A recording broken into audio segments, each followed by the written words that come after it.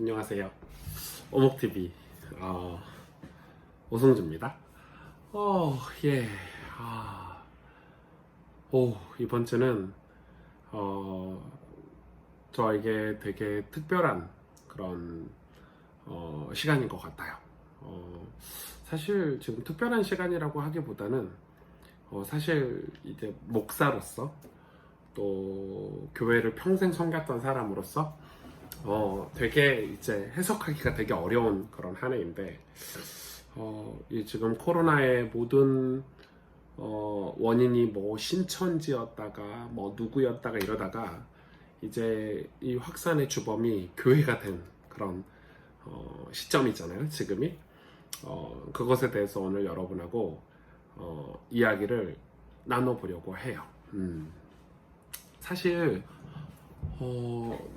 지난주에 이런 일이 있었어요. 제 주변에 저하고 잘 아는 분이 코로나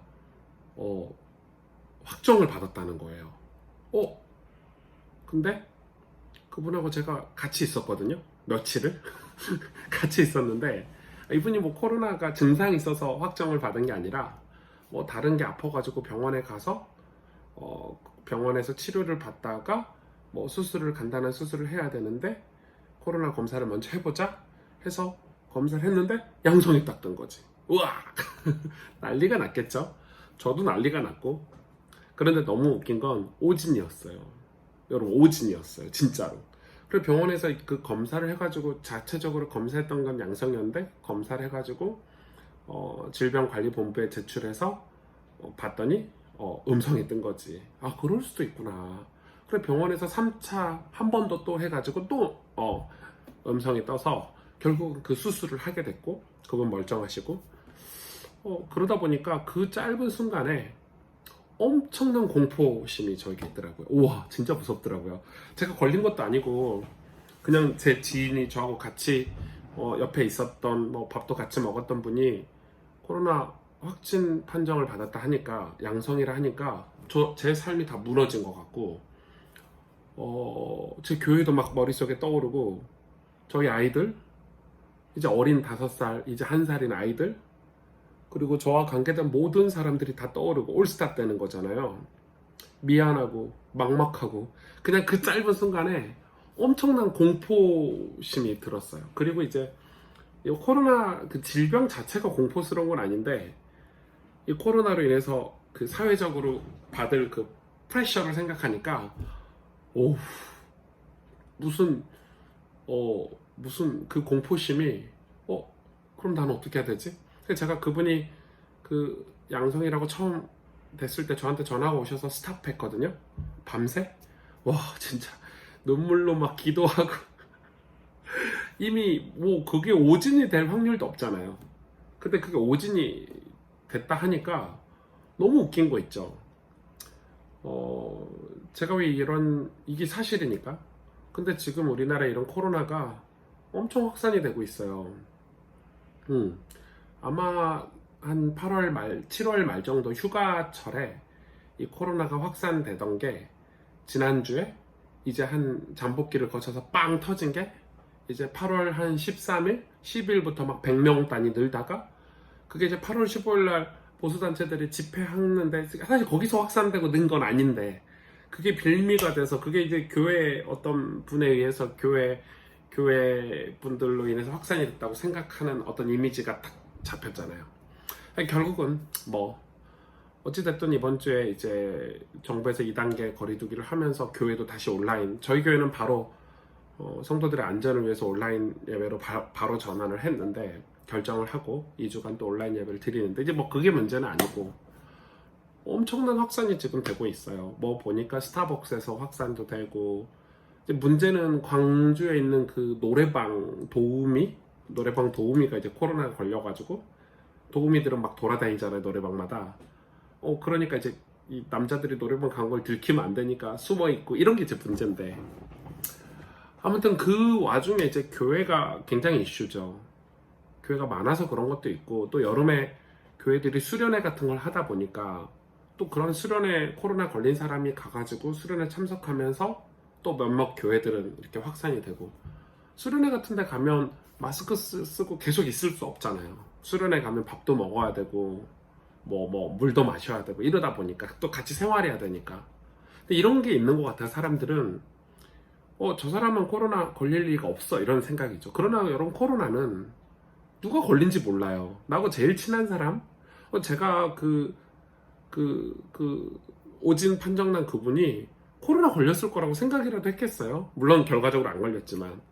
코로나는 이게 성령 충만하다고 안 걸리는 게 아니고, 믿음이 좋다고 안 걸리는 게 아니고, 마스크를 안 쓰면 걸리는 거예요. 그러니까 코로나는 개연성이잖아요. 개연성이에요.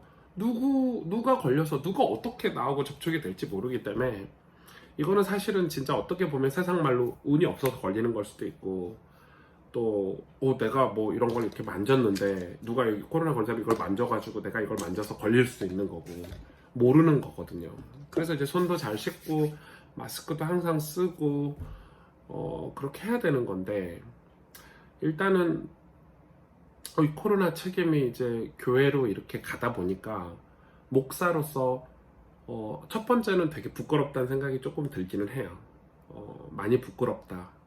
이게 단지 코로나가 지금 교회를 통해서 확산이 된다는 이미지가 생겨서 전 국민이 교회를 인터넷에 보니까 막 욕하고, 그리고 이런 거 있잖아요. 뭐 신천지, 예를 들어 신천지는 일반 국민들도 저건 나쁜 사이비 집단이야 하고 교회하고 이렇게 구분을 해주셨는데, 지금 이제 보수 단체들, 성함이 뭐더라? 성함도 생각이 안 나는데, 그 광복절에 나라를 위해서 또 이 국가의 잘못된 걸 싸우려고 이 사람들을 동원해가지고 하시는 그분들은 그렇게 느끼지 않는단 말이에요. 한기총 회장까지 하셨기 때문에. 그러니까 이제 그분이 나쁘다 좋다 이런 걸 떠나서, 정치적인 색깔 이런 걸 떠나서, 저는 조금 놀란 게, 오늘 그분이 확진을 받으셨잖아요. 확진 받고 119를 타고 가시는데, 사진에 보니까, 기자들이 올린 사진에 보니까 마스크를 벗고 전화통화를 하고 계시더라고요. 저는 그 부분을 좀 깜짝 놀랐어요. 그건 예의지, 그건 상식이지. 본인이 코로나에 걸렸으면 약간의 그 상식적인 행동을 해야 되는데 그러진 않으시더라고요. 아무튼 그런 걸로 인해서 이제 일반 교회들은 여러 가지 이제 뭐 피해는 아니라고 생각해요. 저는 그걸 우리가 피해봤다 이렇게 말하는 거는 목사가 자격이 없다고 생각하고, 저는 이제 부끄럽다는 생각이 제일 먼저 들었어요.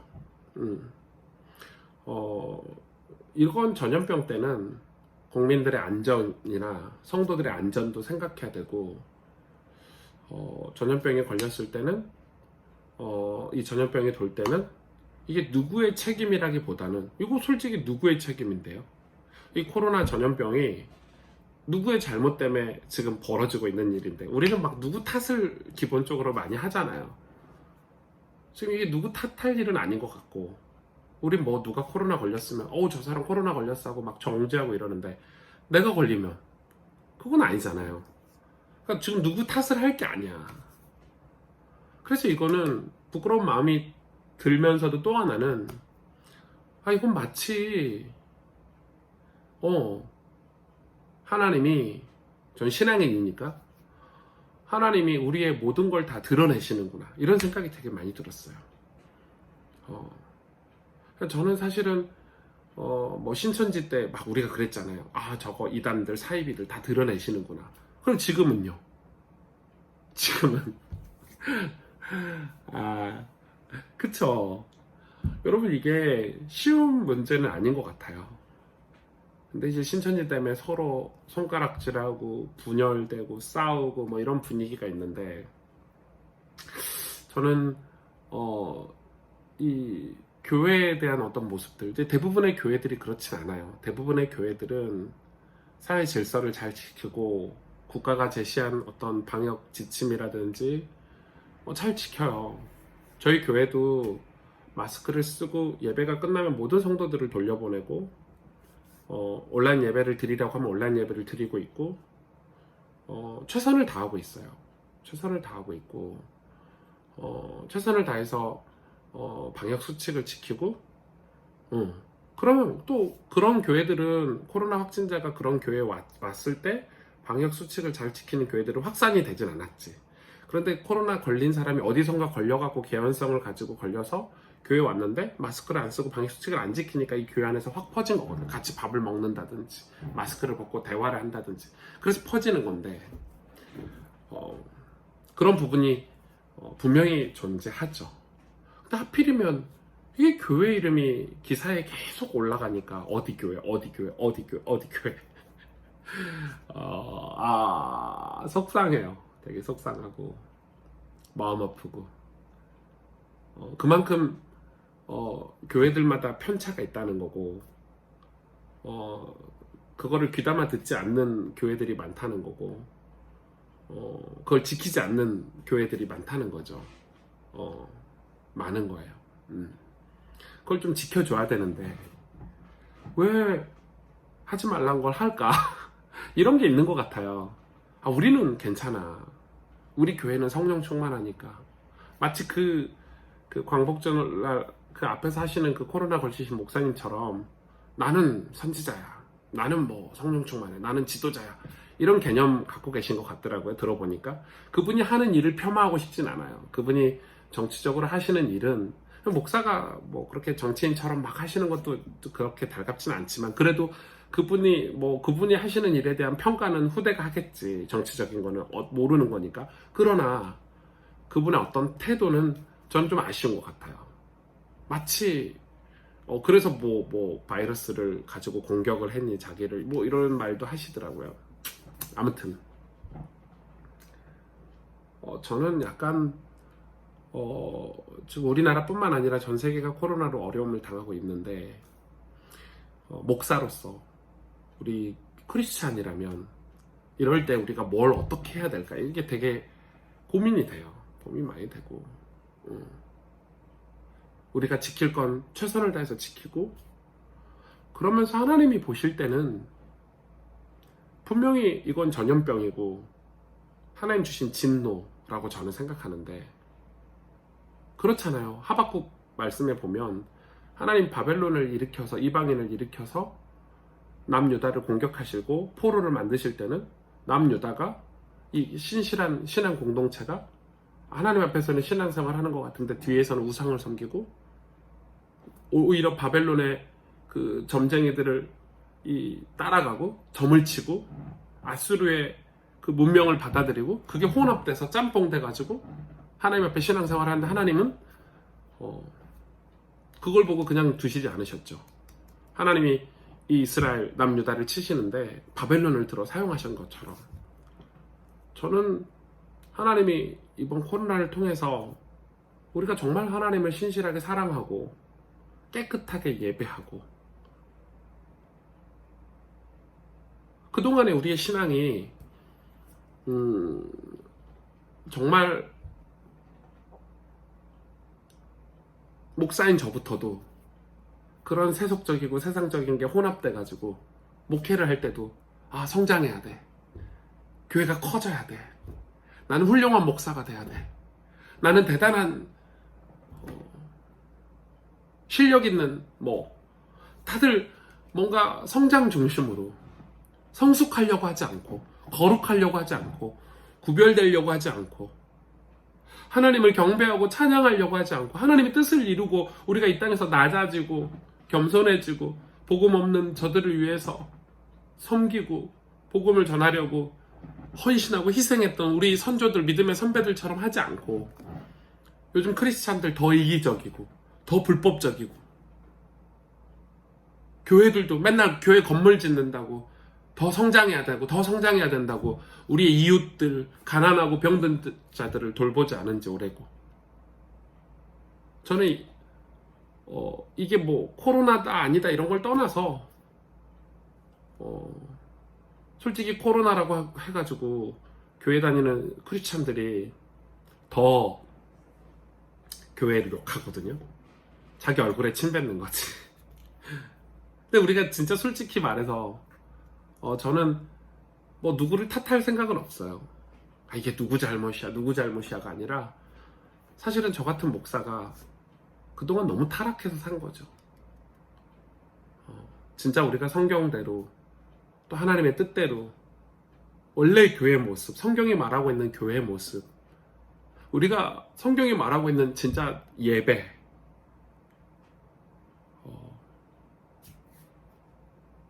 그걸 너무 많이 또 하나님을 뜨겁게 사랑하고 이 교회가 영혼들에게, 이 땅에 소외된 영혼들에게, 많은 성도들에게 위로의 공간이 됐는지, 하나님의 그런 마음이, 하나님의 품이 됐는지, 그런 게 되게 많이 생각나더라고요. 정답은 없어요. 이 코로나 시대를 어떻게, 뭐 어떤 목사님이 이건 이거다, 저건 저거다, 이건 이거야, 이건 이거야 하지만은 사실 잘 모르겠어요, 저는. 여러분 어떻게 알 거예요, 우리가? 뭐가 맞다라고 말할 수 없는 상황이잖아요. 그러나 한 가지 분명한 것은 하나님이 이 진노를 주셨을 때는, 이 재앙을 주셨을 때는 우리가 회개하라는 거는 분명하잖아요. 포로가 되었을 때, 어떤 재앙이 왔을 때 제일 먼저 봐야 될 건 내 모습부터 봐야 되겠죠. 내 모습부터 봐야 되는 거예요. 그래서 우리가 그동안 잃어버리고 살았던 것들, 도대체 뭘 잃어버렸을까? 십자가도 잃어버리고, 하나님을 간절히 찾는, 왜냐면 그동안 우리 너무 편리하게 좋은 걸 가지고 살아서 하나님 앞에 간절히 찾지 않았잖아요. 주님만이 나의 힘이십니다. 주님만이 나의 도움이십니다. 정말 주님이 없으면 안 돼요. 그렇게 신앙생활 했었는데 어느 순간부터는 너무 풍요롭고 번영했고 너무 잘 먹고 잘 살다 보니까 더 성공하고 더 소유하고 더 성장하려고 했지, 내가 성숙해지고 예수님을 닮아가고 이 땅에 어떤 교회가 될까, 어떤 예배가 될까, 어떤 그리스도인이 되고 어떤 목사가 될까, 그런 거 고민 잘 안 했던 것 같아요. 그래서 막 코로나가 와가지고 온라인 예배 드리는데 제 마음에 정말 우리 성도들을 위로해주고 싶고, 온라인 예배지만 그래 맞아, 온라인 예배여서 막 짜증나고 뭔가 잘 안 풀리는 것 같아서 답답해할 게 아니라 하나님을 예배하자, 하나님을 바라보자, 그런 마음이 되게 들었어요. 그래서 제가 오늘 화요일이죠. 오늘 사역들을, 많은 바쁜 일정들이 있는데 이 마음 여러분하고 꼭 나누고 싶었고, 우리 같이 기도해요. 우리 진짜 기도 안 해봤잖아요. 코로나 때문에 기도 진짜 안 해봤죠. 남 탓하고, 우리도 마치 불신자들처럼 같이 교회 욕하고, 뭐 정치인들 욕하고, 그게 무슨 소용이 있겠어요. 사실 우리에게 이 닥친 이런 많은 상황 속에서 하박국 선지자에게 하나님이 이런 답변하시죠. 오직 의인은 믿음으로 말미암아 살리라. 하나님이 그 성전에 계시니 너희는 두려워할지니라 그랬거든요. 하나님 성전에 계시죠. 그 말은 교회를 가라 이 말이 아니라 우리가 그 성전 앞으로 가야 되는, 하나님 계시는 곳으로, 하나님의 임재 앞으로. 그래서 진짜 기도해야 될 것 같아요. 그래서 하나님의 뜻이 이루어지도록. 하나님 분명히 뜻이 있으시잖아요. 뜻없이 이런 일들을 벌이시진 않죠. 하나님이 허락하신 일인데 우리가 진짜 회개하고 거룩을 회복하고, 우리가 진짜 하나님의 임재, 하나님의 은혜를 회복해서 회개할 때 이 땅에 다시 소망이 생기지 않을까요? 이 코로나 때문에, 이 코로나 확산의 책임이 교회라고 많은 사람들이 손가락질했을 때는 겸허하게 그걸 받아들이고 회개해야 되지 않을까, 그런 마음이 되게 많이 들어요. 여러분 함께 기도하고 힘내요. 저도 같이 기도하고 저희 교회도 같이 기도할게요. 여러분 뭐라고 이렇게 표현할 수 없는, 정답은 없는 영상이지만, 제가 고백이지만 이 고백 여러분 충분히 느끼실 거라고 생각해요. 안녕. 바이.